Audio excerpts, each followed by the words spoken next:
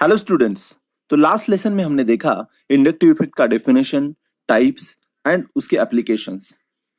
और आज हम देखने वाले हैं another electronic effect that is hyper conjugation. Hyper conjugation को कई नामों से जाना जाता है। तो सबसे पहले है Baker Nathan effect, based on the name of the scientist who has discovered it.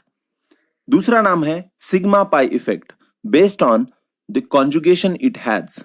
और तीसरा नाम है no bond resonance, based on the representation it has. तो चलिए देखते हैं इसका डेफिनेशन क्या है। Hyperconjugation, it is the complete delocalization of alpha CH sigma bond pair of sp3 hybridized carbon। क्या बोला हमने? कंप्लीट delocalization किसका? Alpha CH sigma bond pair का। कहां से? sp2 हाइब्रिडाइज्ड कार्बन से। कहां हो रहा है ये delocalisation? Into vacant p orbital of adjacent sp2 hybridized carbon. तो ये डेफिनेशन हमें अच्छे से समझने के लिए कुछ टर्म्स हमें पता होना जरूरी है।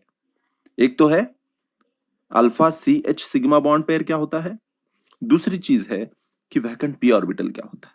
चलिए तो देखते हैं in detail alpha CH sigma bond pair क्या होता है। तो यहां पे है एक typical example of primary carbocation that is ethyl carbocation. इसके अंदर यह है कार्बोकैटायन जिसे फर्स्ट कार्बन अटैच है। जैसे कि हम बोलते हैं किसी फंक्शनल ग्रुप को कोई एक फर्स्ट कार्बन अटैच्ड होता है तो उस फर्स्ट कार्बन को हम अल्फा इंडिकेट करते हैं और उसके ऊपर जितने भी हाइड्रोजन होते हैं उन्हें हम अल्फा हाइड्रोजन कहते हैं। उसी तरह यहां पे भी एक कार्बन यहां पे अल्फा बोल के इंडिकेट किया हुआ है। So hydrogens present on this particular alpha carbon are alpha hydrogens. So this is one alpha carbon and three alpha hydrogen present in a ethyl carbocation. So we'll take same example to understand क्या mechanism of hyperconjugation। mechanism of hyperconjugation अभी हम समझ के लेते हैं बच्चों। तो ये है इथाइल कार्बोकैटायन जिसके अंदर हमें पता है कि 3 अल्फा हाइड्रोजन है। तो इसका मतलब ऐसे 3 अल्फा कार्बन हाइड्रोजन है कि जो डीलोकलाइज हो सकते हैं।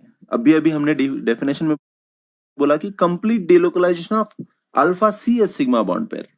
तो यहां पे alpha CH sigma bond pair कितने हैं? 3 है। So this is first, this is second and this is third.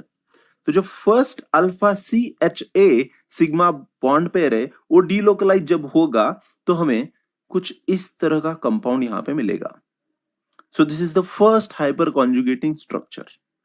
जब alpha CHB sigma bond pair delocalise होगा तो हमें B स्ट्रक्चर मिलेगा। जब alpha CHC sigma bond pair delocalise होगा तब हमें C स्ट्रक्चर मिलेगा। तो यहां पे एक ऑब्जर्व करिए कि जितने नंबर अल्फा हाइड्रोजन के हैं उतने ही नंबर हमें हाइपरकॉन्जुगेटिंग स्ट्रक्चर के मिल रहे हैं। There are 3 alpha hydrogens, so we are getting 3 hyperconjugating structures। तो हम बोल सकते हैं कि the number of alpha hydrogens are equal to the number of hyperconjugating structures। जितने नंबर अल्फा हाइड्रोजन के होंगे उतने ही हमें हाइपरकॉन्जुगेटिंग स्ट्रक्चर मिलेंगे। और यहां पे हो क्या रहा है एक्चुअली?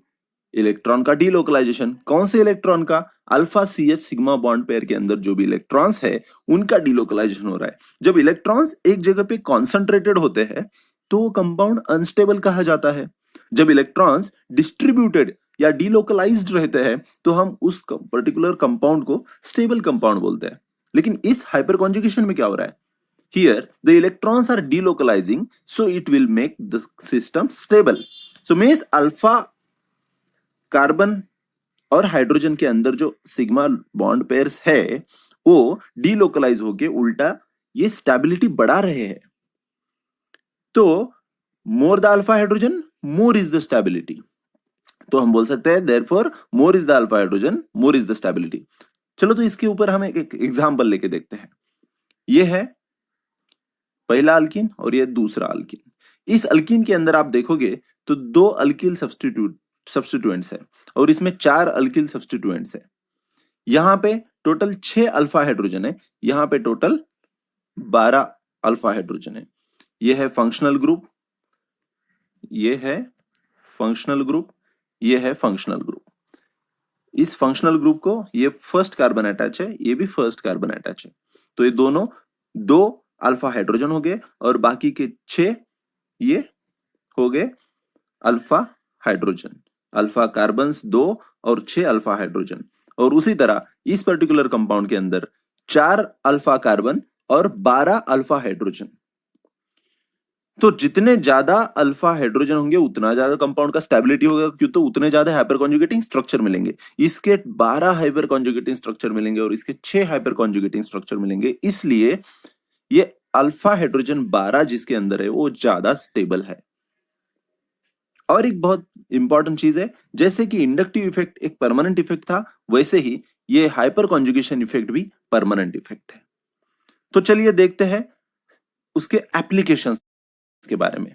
ये हाइपर कॉन्जुगेशन इफेक्ट का डेफिनेशन क्या है और उसका मैकेनिज्म क्या है अभी तक हमने समझा, लेकिन इसका उपयोग क्या होता है हमारे जीवन में, हमारे केमिस्ट्री के लाइफ में, केमिस्ट्री के जब पेपर सॉल्व करते रहते हैं तो ये कहाँ पे इसका इस्तेमाल होता है? इसे कहते हैं applications of hyperconjugation effect.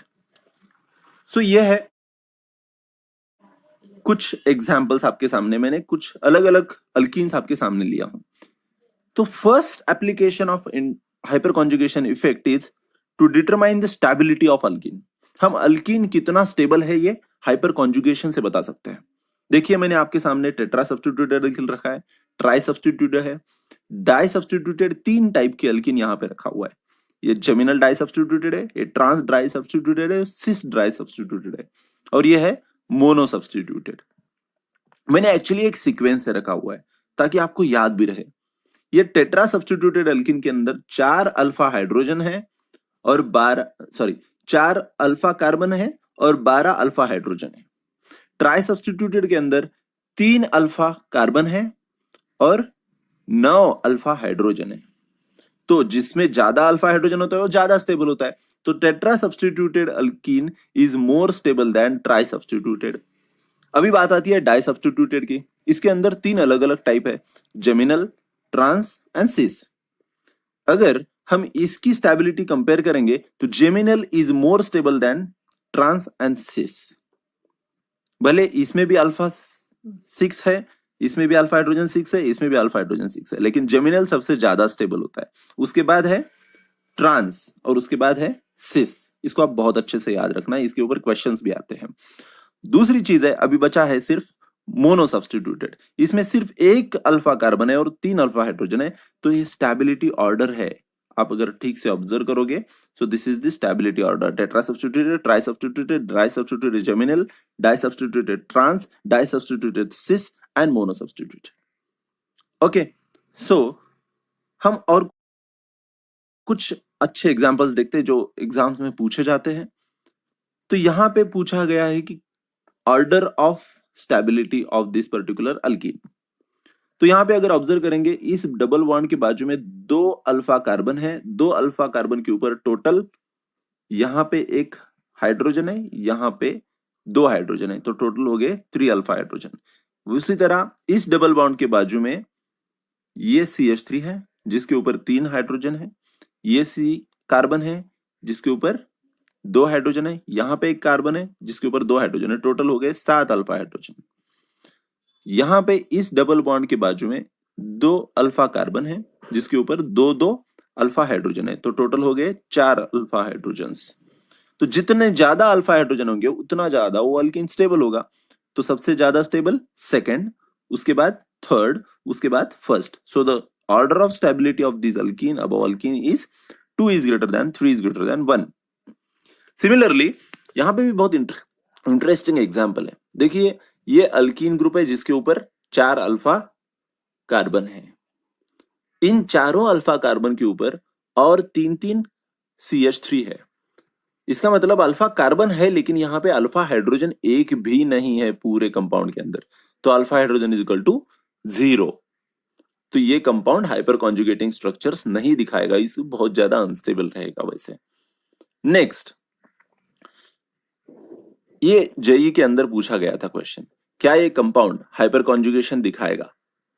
देखिए हमने डेफिनेशन के अंदर ही डिस्कस किया है कि अल्फा कार्बन और हाइड्रोजन का जो अंदर का सिग्मा बॉन्ड है, दैट कार्बन जो भी इन्वॉल्व है इसके अंदर हाइपर कॉन्जुगेशन के अंदर, that should be sp3। But if you see in this structure, यहाँ पे आपको कोई भी sp3 कार्बन नहीं मिलेगा। sp2 sp2 sp2 sp2। so as it has no sp3 carbon, it will not show hyper conjugation. ये अल्फा कार्बन है, इसके रिस्पेक्ट में ये अल्फा कार्बन है, इसके रिस्पेक्ट में ये अल्फा कार्बन है, लेकिन यहाँ पे sp2 कार्बन नहीं है, sp3 कार्बन नहीं है, इसलिए ये हाइपर कॉन्जुगेशन नहीं दिखाएगा। चलिए तो दूसरा एप्लीकेशन देखते हैं हम हाइपर कॉन्जुगेशन का, और वो है स्टेबिलिटी ऑफ कार्बोकैटायन। अगर इस कार्बोकैटायन को कंसीडर करते हो तो 3 अल्फा कार्बन है और 9 अल्फा हाइड्रोजन है, यहाँ पे 6 अल्फा हाइड्रोजन है, यहाँ पे 3 अल्फा हाइड्रोजन है और यहाँ पे 0 अल्फा हाइड्रोजन है। तो जितने ज्यादा अल्फा हाइड्रोजन उतना ज्यादा स्टेबिलिटी। हमने इंडक्टिव इफेक्ट में भी सीखा है कि tertiary is more stable then secondary, is more stable then primary, is more stable then methyl carbocation. तो वही सेम ऑर्डर हमको यहाँ पे भी मिलता है। सो वी कैन कार्बोकैटायन का स्टेबिलिटी हम inductive effect as well as hyperconjugation effect से इंडिकेट कर सकते हैं। नेक्स्ट एक छोटा सा कंसेप्ट है जो रिवर्स हाइपर कॉन्जुगेशन। जैसे कि हमने बोला था alpha C H sigma bond pair ये डोनेट करते हैं, लेकिन यहां पे अगर आप ऑब्जर्व करोगे तो अल्फा कार्बन के ऊपर इलेक्ट्रॉन विड्रॉइंग ग्रुप लगा है, तो ये इलेक्ट्रॉन उल्टा सिस्टम के अंदर से खींचते हैं। So pi bond of sp2 hybridized carbon delocalizes towards sp3। उल्टा हो रहा है यहाँ पे, पहले क्या हो रहा था sp3 से sp2 की तरफ आ रहा था, अभी sp2 के से sp3 की वजह से तरफ जा रहा है। क्यों? Because of electron withdrawing group. So इस टाइप के कॉन्जुगेशन को बोलते हैं रिवर्स हाइपर कॉन्जुगेशन। अभी एक last and most important concept जिसके ऊपर जेई में बहुत बार क्वेश्चन आते हैं, नीट में बहुत बार क्वेश्चन आते हैं, तो वो है stability of alkene and heat of hydrogenation. बेटा ये फॉर्मूला आपको अगर याद रहेगा तो it is very very easy to answer this question. हमको स्टेबिलिटी तो बहुत आसानी से निकालने आती है, क्यों? तो हमें पता है more is the alpha hydrogen more is the stability, simple है हमारे लिए। अगर किसी ने पूछा कि among the following which alkene has greater heat of hydrogenation, तो आप क्या करना है? फॉर्मूला को याद करना है। Heat of hydrogenation is inversely proportional to the stability of alkene. आपको जो सबसे ज्यादा स्टेबल दिखेगा उसका हीट ऑफ हाइड्रोजनेशन सबसे कम रहेगा, जो जितने ज्यादा स्टेबल है उसका हीट ऑफ हाइड्रोजनेशन उतना कम रहेगा। तो इन दोनों अल्किन के अंदर थोड़ा सा ऑब्जर्व करिए कि कौन ज्यादा स्टेबल है। यहाँ पे टेट्रा सब्स्टिट्यूटेड है और ये डाई सब्स्टिट्यूटेड है। हमें पता है कि tetra substituted is more stable, तो उसका हीट ऑफ हाइड्रोजनेशन कम होगा। So this di substituted is having more heat of hydrogenation. So these are some of the applications of inductive hyperconjugation effect, and this is all about hyperconjugation। इससे बाहर का कुछ question NEET या JEE में नहीं आता है, इसके ऊपर बहुत प्रैक्टिस करो। ये this is the most important concepts, ये सबसे इंपॉर्टेंट कंसेप्ट है हाइपरकॉन्जुगेशन के अंदर, जहां पे आपको स्टेबिलिटी पूछी जाती है, अल्फा हाइड्रोजन पूछे जाते हैं। तो hyperconjugation is all about counting alpha hydrogen. आपको अगर अल्फा हाइड्रोजन काउंट करने आए तो आप हाइपर कॉन्जुगेशन के मास्टर है। उसके बाद आपको एक फॉर्मूला याद रखना है, heat of hydrogenation is inversely proportional to stability of alkene. So इसको अच्छे से प्रिपेयर करिए और मिलते हैं नेक्स्ट लेसन में with resonance effect. Thank you.